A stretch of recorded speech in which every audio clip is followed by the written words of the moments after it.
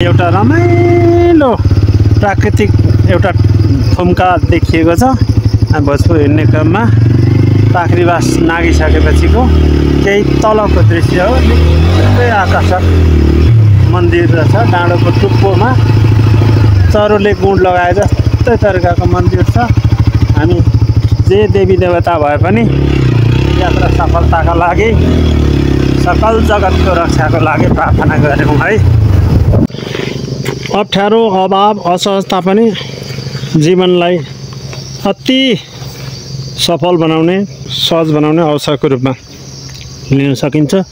यो लेगुवा र पाखरीबासको बिचमा एउटा यस्तो भूगोल एउटा यस्तो थुम्की भेट्यो जहाँ शिरमा मन्दिर बनिएको छ।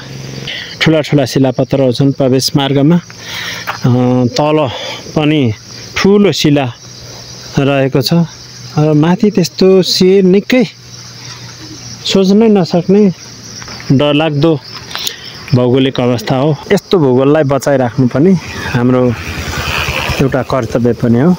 यो भूगोललाई अनन्त भविष्यसम्म सुरक्षित राख्नको लागि यो कुरो गरौँ भनेर सबैमा चेतना होस्, ऊर्जा जागोस्, सहभागिता रहोस्, म यो चाहना कामना गर्दछु।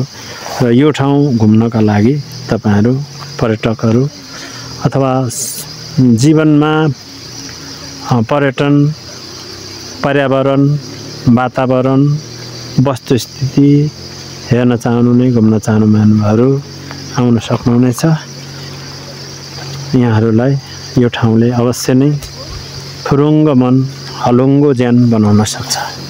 तमाम भिडियोलाई लाइक, सेयर र च्यानललाई सब्स्क्राइब गरिदिनु हुन अनुरोध गर्दछु। धन्यवाद।